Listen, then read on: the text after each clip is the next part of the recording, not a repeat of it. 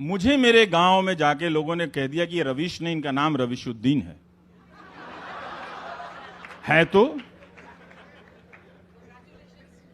है तो क्या हो गया? क्या वो देश का नागरिक नहीं है? अब कागज मांगोगे? तो इसीलिए अब एक ही पहचान नागरिकता की होनी चाहिए। वो यही कर रहे थे। टीवी एंकरों की भाषा देखिए, खराब अंग्रेजी माफ की जा सकती है इस देश में। बहुत लोगों की खराब अंग्रेजी है, मेरी भी है, ऐसी बात नहीं है। लेकिन उस अंग्रेजी का इस्तेमाल करके सबसे पहले जब आप अपनी नागरिकता कब हारते हैं? जब भाषा हार जाते हैं।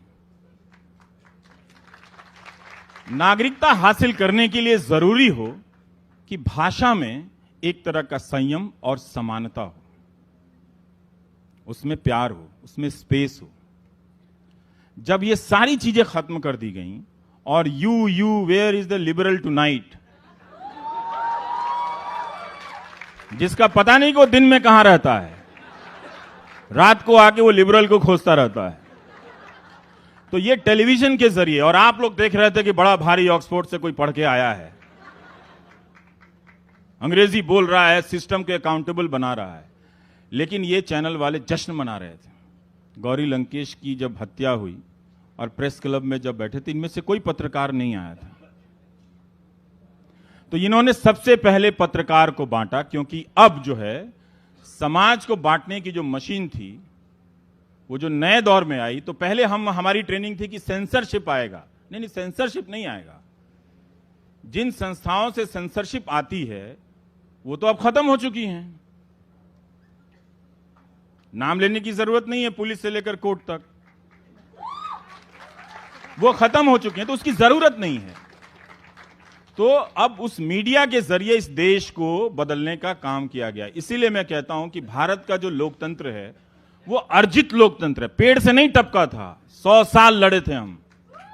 जब बाहर भारत पाकिस्तान बंटवारे के बाद हिंदू मुस्लिम सिख के तीनों के आपसी दंगे चल रहे थे, तब संविधान सभा में लोग बैठकर अपनी अकल लगा रहे थे कि हमें उस हिंसा से प्रभावित नहीं होनी है।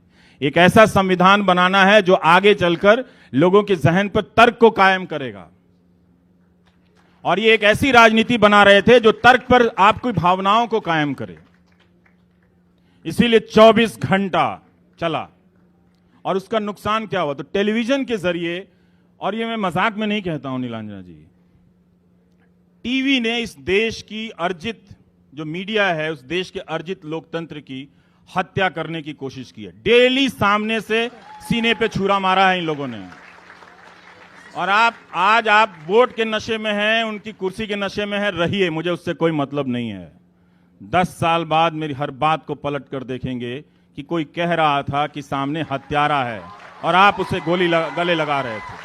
यह हुआ आपके देश में 800-900 चैनलों को लगाकर। तभी मैंने कहा था कि आप टीवी मत देखिए, इससे आसान तरीके से आप इस सरजमी की सेवा कर ही नहीं सकते थे। अपने घर में टीवी बंद करके शाम को पार्क में चले जाइए, डायबिटीज का भी समाधान हो जाएगा, बीपी का भी समाधान हो जाएगा, आप खुश नजर आएंगे।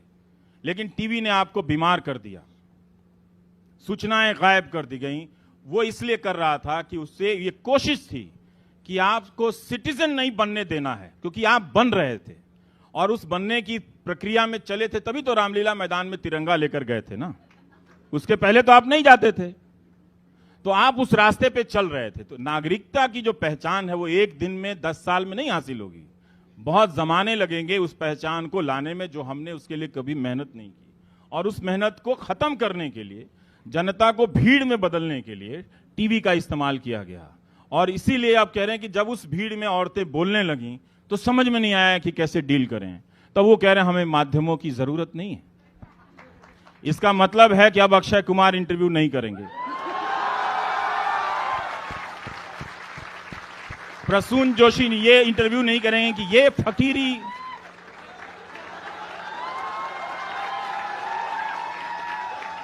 Where did you get this, boss? That fakiri is amazing. Nobody got this, and you found it, fakiri. Oh my God, my. Here we are sitting in London. and we found fakiri. Let's have fakiri tonight. Let's hit the floor, let's dance.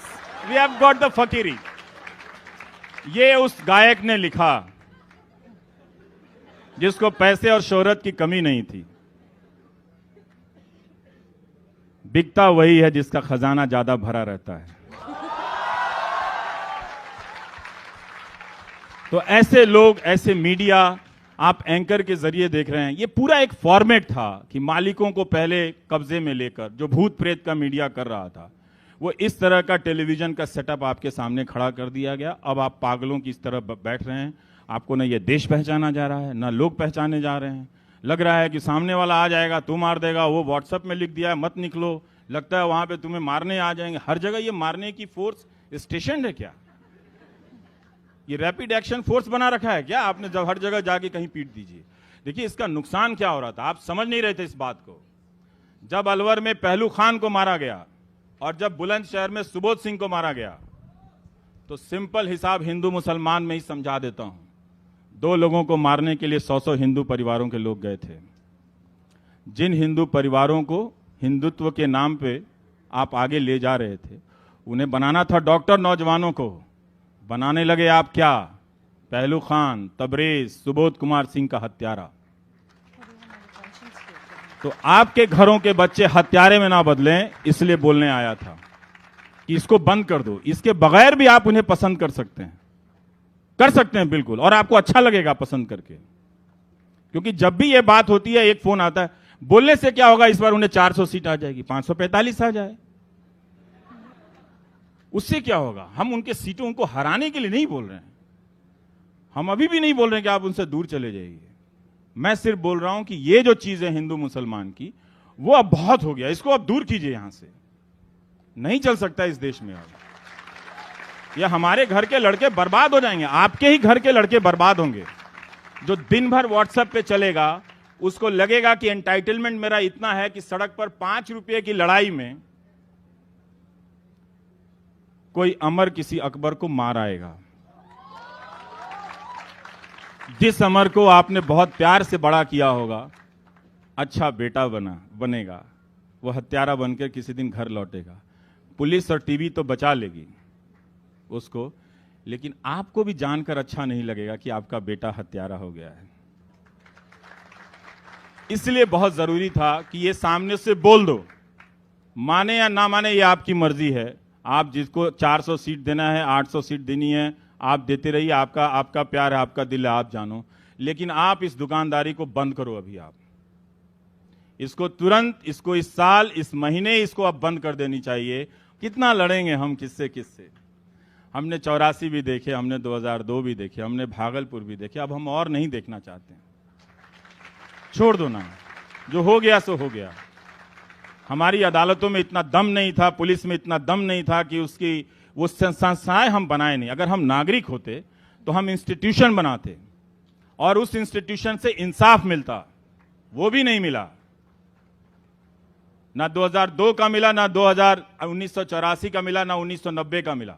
किसी को नहीं मिला, कश्मीरी पंडित को नहीं मिला, किसी को नहीं मिला। और सब अपने अपने जख्मों को लेकर घूम रहे हैं। आहत लोग, घायल लोग घूम रहे हैं। कोई उनको गले लगाने वाला नहीं है, कोई उनको लिपटा कर बोलने वाला नहीं है कि आओ हम तुम्हारे जख्मों को भरेंगे। जिसे देखिए वही किसी ना किसी के बहाने किसी के जख्मों को हरा कर रहा है। मत होने दीजिए, वरना बसंत के कई मौसम में गुजर जाएंगे, आपको लगेगा कि ये सूखा इतना लंबा क्यों चल गया। आपकी जिंदगी के अच्छे साल चले जाएंगे, अच्छी रात, अच्छी शाम चली जाएगी, आपकी अच्छी सुबह चली जाएगी। उन्हीं से कहिएगा इस बार जब आएंगे, हमने तुम्हारे 25 लाख के कपड़े देखे थे, अब प्लीज अब आप कपड़े मत पहचानो, छोड़ दो, अब आप छोड़ दो। अब हमारा वोट चाहिए ना, हम देते हैं वोट आपको, लो वोट, लेकिन बदले में चोट मत दो किसी को मत दो कि किसी को तकलीफ हो जाए। आपको सिर्फ मुसलमान नजर आया उन लड़कियों में जो अकेली बड़बड़ा रही हैं, इस मुल्क से बात कर रही हैं, कविताएं लिख रही हैं, नज़में लिख रही हैं। ये हालत आप किसी को कर सकते हैं कि वो बैठ के बड़बड़ाने लगे और उन नज़मों, कविताओं और शेरों से बात करने लगे, अपने मुल्क से, अपने हमवतनों से। शर्म आनी चाहिए। ये हाल कर दिया गया है लोगों ने। तो ये होना था, क्योंकि मैं देख रहा था कि इसकी मंजिल वहां तक है। अब वो नफरत उस मंजिल पर पहुंचती हुई नजर आ रही है, वो उससे आगे भी जाएगी। अगर आप अभी अपनी कुर्सियों से नहीं उठे, वो नफरत आपके घरों तक भी आने वाली है। याद रखिएगा, एक पहलू को मारने के लिए दर्जनों हिंदू लड़कों को हत्या का साझीदार बनाया था। इतना सा अगर आप हिसाब समझ लेंगे, आप इस नफरत के खिलाफ खड़े हो जाएंगे। आपका ही रिश्तेदार होगा, आपका ही कोई बेटा होगा, कोई हो सकता है ना। सुबोध कुमार सिंह को, पुलिस को देखिए कितनी गर्मी से बातें हो रही हैं आजकल पुलिस की यूपी में। उनके अपने पुलिस इंस्पेक्टर को, ईमानदार पुलिस इंस्पेक्टर को घेर के मार दिया भीड़ ने। उसका इंसाफ आज तक नहीं हुआ। दिल्ली पुलिस की डीएसपी को आप डीसीपी को आप जरा जाके देख लीजिए 30,000 कोर्ट में क्या हुआ। मालूम नहीं जो रिवॉल्वर गायब हुई थी, जो पिस्टल, वो मिली कि नहीं मिली। तब किसी ने गर्मी नहीं दिखाई थी। वकील पुलिस वालों को मार रहे थे, तब किसी ने गर्मी नहीं दिखाई दी थी। हम ही बात कर रहे थे।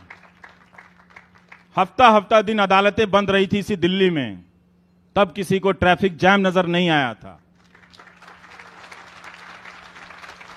लेकिन अब अलग अलग, चूंकि आपको सिखा दिया गया कपड़े से पहचानना, इसीलिए आपको कपड़ा नजर आ रहा है।